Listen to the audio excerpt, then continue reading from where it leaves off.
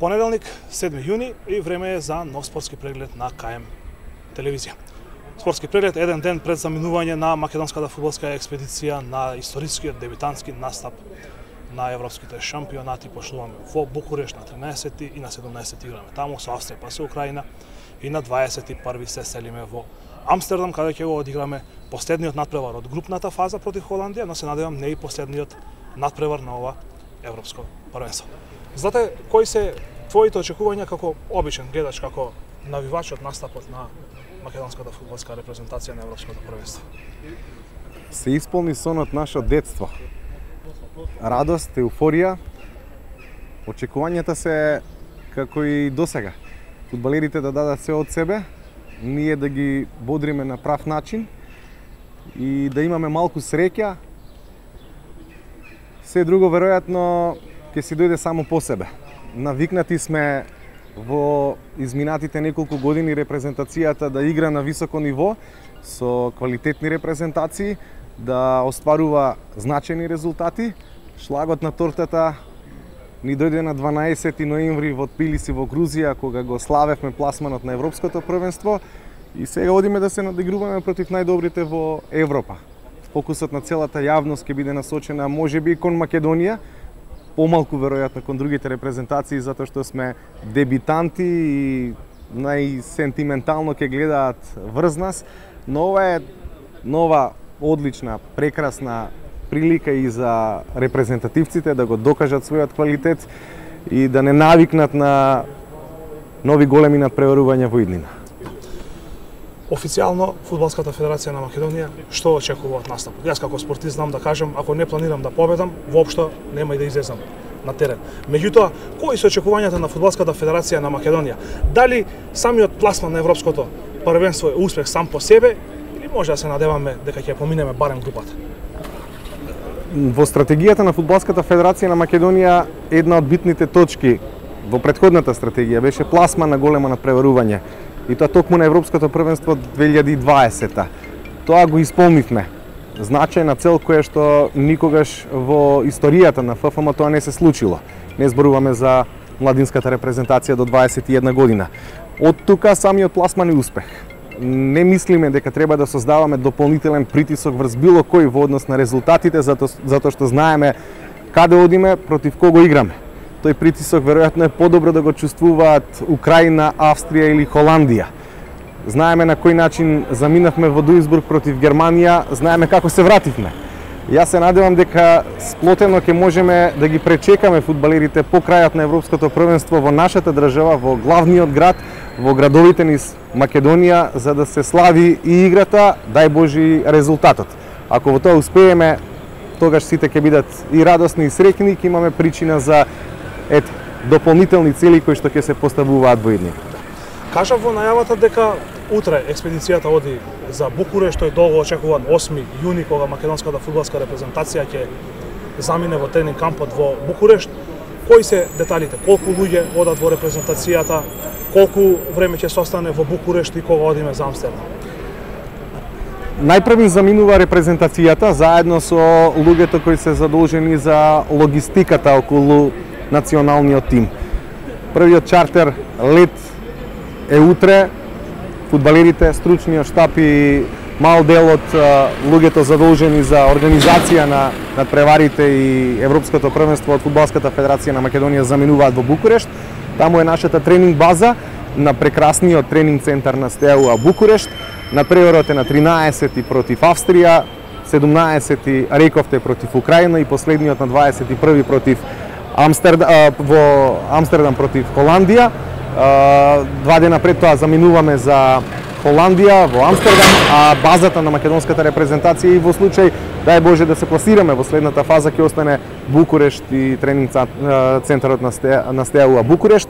Во зависност од тоа кој ќе биде евентуалниот противник, сега ова е се теорија, меѓутоа на тој начин мора и да се грижиме, затоа што знаеме дека сме зависни од визен режим во Велика Британија, можно е Лондон, можно е Глазгов и така натаму, меѓутоа за тоа потоа дај Боже прво да ги поминеме трите надпревари на начин на кој што сите сакаме и посакуваме. Колку навивачи ќе патуваат во Букурешт првично? Фудбалската федерација на Македонија организираше превоз и билети за околу 200 навивачи кои организирано ќе патуваат да ја бодрат македонската репрезентација. Вкупната бројка на наши фанови во Букурешт веројатно ќе биде нешто над 2000. 2000 билети доби Фудбалската федерација на Македонија, меѓутоа мора да се напомене дека повеќе од 1/3 одат за семејствата на фудбалерите од прва и втора категорија на стадионот во Букурешт, на националната арена. Сите други билети кои што ги имавме, ги ставивме на располагање за навивачите, им дадовме можност да ги купат, меѓутоа практично беше невозможно да се задоволат сите барања. Имаше повеќе од 15.000 апликации, а помалку од 1000 влезници. Тоа значи дека процентуално многу мал број фанови од Македонија можевме да ги задоволиме на тој начин. Меѓутоа, тоа е ситуација во услови на пандемија и ограничување и предпоставувам дека е исто и во Украина и во Австрија и за сите други репрезентации кои очекуваат поддршка од своите фанови. Имаше многу коментари на социјалните мрежи токму за билетите. Предпоставувам од оние кои што не успеа да дојдат првично до кодови за да набават билети, а потоа некој имаше дел што набавија кодови, меѓутоа билетите веќе беа продадени. Дали беше се транспарентно? Да, доколку добиете код, невозможно е да не купите билет, затоа што тоа е првиот услов за да влезете во системот на УЕФА и да се обидете да го платите за да добиете влезница за надпреварот. Реков, екстремно ограничен број на билети, екстремно голема побарувачка од наша страна. Ние и претходно рековме дека приоритет ќе имаат здравствените работници, бидејќи тоа беше одлука на управен одбор на Фудбалска федерација на Македонија. Дел од здравствените работници кои што аплицираа ги добија своите билети, дел се распределени на фудбалското семејство, лица кои што се во навистина директна врска со фудбалот во нашата држава и реков за навивачите кои организирано ќе патуваат во Букурешт. Нашите гледачи сигурно ќе ги интересира со какви дресови ќе игра македонската фудбалска репрезентација на Евро. На Евро ќе одиме со дресот со сонцето, со актуелните гарнитури од дресовите. Ја знаеме целата ситуација околу промоцијата на новите дресови, го знаете ставот на Фудбалската федерација во однос на тоа. Ние едноставно мораме да го почитуваме гласот на навивачите. Тој беше до тој степен гласен за да немаме избор освен да го прифатиме и да понудиме поинакво решение, односно да одиме со дресовите кои што веројатно предизвикуваат најмногу чувства и емоции кај фудбалерите и кај навивачите. Веројатно тоа е еден од дресовите многу ретки во Европа кои што го презентираат и националниот символ на државата. Хрватите нели го ја имаат шаховницата, ние го имаме сонцето и навистина убаво од Фудбалската федерација на Македонија што им излезе во пресет и на навивачите, верувам и на фудбалерите. Меѓутоа сакам да те прашам, го видовме тоа видео со реакциите на играчите од промоцијата на дресовите. Дали тие беа задоволни од новиот дрес на Јако или го побараа стариот? Беа задоволни првично, бидејќи на тој начин реагираа. Стефан Ристовски, например, изјави преубав.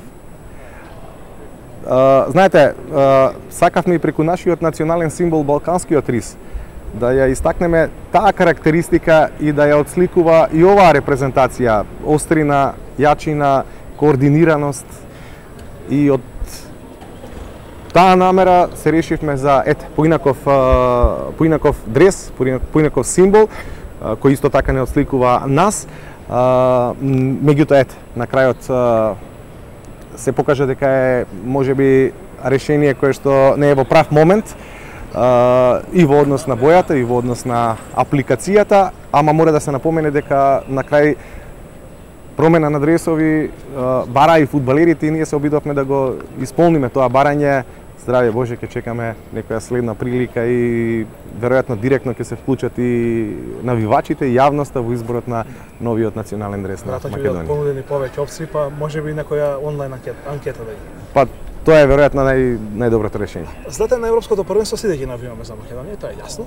Меѓутоа, освен Македонија, кој е твојот фаворит или за која репрезентација мислиш дека може да стигне до финалето па и да го освои ова европско првенство? Од секогаш мој фаворит била Италија на големите надпреварувања. Сега имаат релативно млад состав со Роберто Манчини како предводник. Франција има многу силна репрезентација. Со Карим Бензема во нападот, таа линија сега е многу не знам, посилна и на хартија и на терен, и во пракса. Од тука мислам дека Франција одново ќе има и светска и европска титула во своите витрини, затоа што вака, гледајќи го составот на французите, си велиш тоа е тоа, за да бидеш европски првак.